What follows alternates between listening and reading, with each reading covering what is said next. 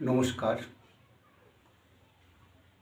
আমার যারা ভক্তবৃন্দ, বয়োজ্যেষ্ঠ, সমবন্ধু, ছোট, সবাইকে আন্তরিক শুভেচ্ছা, ভালোবাসা ইত্যাদি জানিয়ে আমি বিগত কয়েকদিন ইউটিউবে আমার কোনো প্রোগ্রাম ছিল না। কারণ মানুষের অনেক সাধনার মার্গ, কোনো কর্মজীবনে, কোনো ভক্ত সন্তানের তাদের কামনার জন্যে কোথাও কোনো ধ্যান যোগ সাধনার মধ্যে থাকতে হয়, রাখতে হয়, সে বিষয়ে বলা যাবে না। যাই হোক, তবে একটা জিনিস বলে আমি কামাক্কা থেকে এই একটা লাঠি দেখছেন, এর নাম তেজ বল।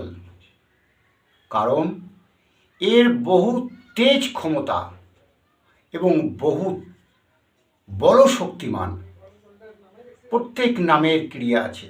তাই আমি কখনো কবজ করলেই দেখছেন ডকের দিকে ভাঙা কোনো কোনো ব্যক্তিকে এই তেজ বলের গাছের কিছু অংশ কবজে ঢুকিয়ে তাদের মাদুলি দিই। এবার ঘটনা হচ্ছে, আমি এই তেজ বল গাছটাকে নিয়ে এসেছি কামরূপ কামাক্কা থেকে। এবার একটা ভীষণ একটা গল্প, সেটা আমার মনে জেগেছে, আজ আমি বলছি। আমার যে গুরুদেব ছিলেন, উনি 30 বছর বয়সের সময় হারিয়ে যান বাড়ি থেকে, দিয়ে কামরূপ কামাখ্যায় ওই মায়াঙে গিয়ে উপস্থিত ছিলেন। মায়াং থেকে চলে যান সেই মায়াং মেয়ে ছেলেদের গৃহগর্ভে। অনেক ঘটনা, গাছে করে উনি চলে যান সেই মায়াং যে নারীদের গৃহগর্ভে, ওখানে উনি গিয়ে উপস্থিত হন। সন্ধ্যার সময় উনি একটা আতঙ্কের মধ্যে দিয়ে ভাবছি, এই আমার জীবন শেষ, আর বাঁচব না হয়তো। তখন ওই জঙ্গলের মধ্যে হাঁটতে হাঁটতে দেখে দূরে একটা আলোর জ্যোতি দেখা যাচ্ছে। তখন ভাবলো, যাক, ওখানে বোধহয় মানুষ আছে। তাহলে আস্তে আস্তে গিয়ে হেঁটে হেঁটে গিয়ে ঠিক ওই জায়গায় গিয়ে, ওই বাড়িতে গিয়ে ওই ভদ্র মহিলাকে মা বলে সম্বোধন করলো। বলছে মা। শুনতে পায়নি ভদ্র মহিলা, কাজে ব্যস্ত ছিলেন। তখন বলছে মা। তখন ওই ভদ্রমহিলা ঘর থেকে বুঝতে পারলো কে যেন আমার মা বলে ডাকছে। যথারীতি ঘর থেকে বেরিয়ে এসে আমার গুরুদেবকে দেখেন। ওই তখন বয়স হবে 30 বছর বয়স। তখন বলছি, কি ব্যাপার, তুমি এখানে বাবা? তখন বলছি, ঘটনাগুলো সব বলো, অনেক টাইম লাগবে, যার জন্য আমি খুব শর্টে বলছি। তখন উনি আমার গৃহে রেখে দেন সন্তান রূপে, এবং বলেছে, বাবা বাইরে তুই বেরোবি না একদম, কোনো মেয়ের নজরে পড়িস না, তাহলে তোকে নিয়ে যাবে। তখন বলছি, ঠিক আছে মা। যথারীতি এইভাবে মাস 6 যায়। 6 মাস যাবার পর বলছে, তোকে তো বাবা এখন বিয়ে দিয়ে দরকার। তখন যথারীতি ওই সব নগরে যত সব মেয়েরা যারা জাদু টোনা জানে, সবার ঘরে ঘরে গিয়ে বলে এসছি, আমার বাড়িতে আমার একটা ছেলে আছে, ওর বিবাহ যোগ হবে, তোমরা সকলে উপস্থিত থাকবে। যথারীতি মেয়েগুলো খবর পেয়ে প্রত্যেকের হাতে একটা করে ঘটি, আর তার মধ্যে জল নিয়ে সব ওই বাড়িতে এসে উপস্থিত, ঘুরে ঘুরে বসে পড়েছে। তখন ওর ছেলেকে ডাকলো। ছেলেকে ডেকে বলছে, বাবা নে দেখ তোর কাকে পছন্দ হয়, ঘুরে ঘুরে ঘুরে ঘুরে দেখ কাকে পছন্দ হয়, যাকে পছন্দ হবে তার ঘটিতে হাত দিবি।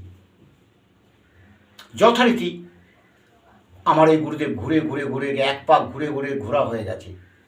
আবার ঘুরতে ঘুরতে গিয়ে যাকে পছন্দ হলো তার ঘটিতে হাত দিল।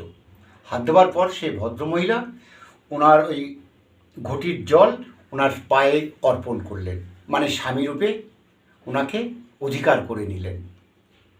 যথারীতি আদার সব মেয়েগুলো হাঁটতে হাঁটতে নিজের গৃহে চলে যায়। এ অনেক ঘটনা, আজ থেকে 75-80 বছর আগেকার কথা। কারণ তখনকার মানুষের মায়াঙে এবং কামাখ্যায় তন্ত্রক্রিয়ায় সাধনায় 1 নম্বর ছিল। তন্ত্রক্রিয়ার সাধনায় হচ্ছে মেন, সেটা কামাখ্যা এবং মায়ানমারের যে নারীরা থাকে তাদের কাছে খুব পাওয়ারফুল দুর্মূল্য জিনিস তাদের কাছে ছিল। তাই হঠাৎ আমার কথাটা মনে পড়ল, তাই আমি বললাম। তাই কামাখ্যা থেকে এই লাঠিটা আনার পরেই আমার উদ্দেশ্য জাগলো যে গুরুকে একটু স্মরণ করি। আমার গুরুদেব আমার এই আসনেই আছেন। হ্যাঁ, যাই হোক, আমি আপনাদের সবাইকে জানাই, যেসব ব্যক্তিরা আমাকে ফলো করেন, আমাকে ভালোবাসেন, আমাকে লাইক করেন, তারা আমার সঙ্গে করবেই।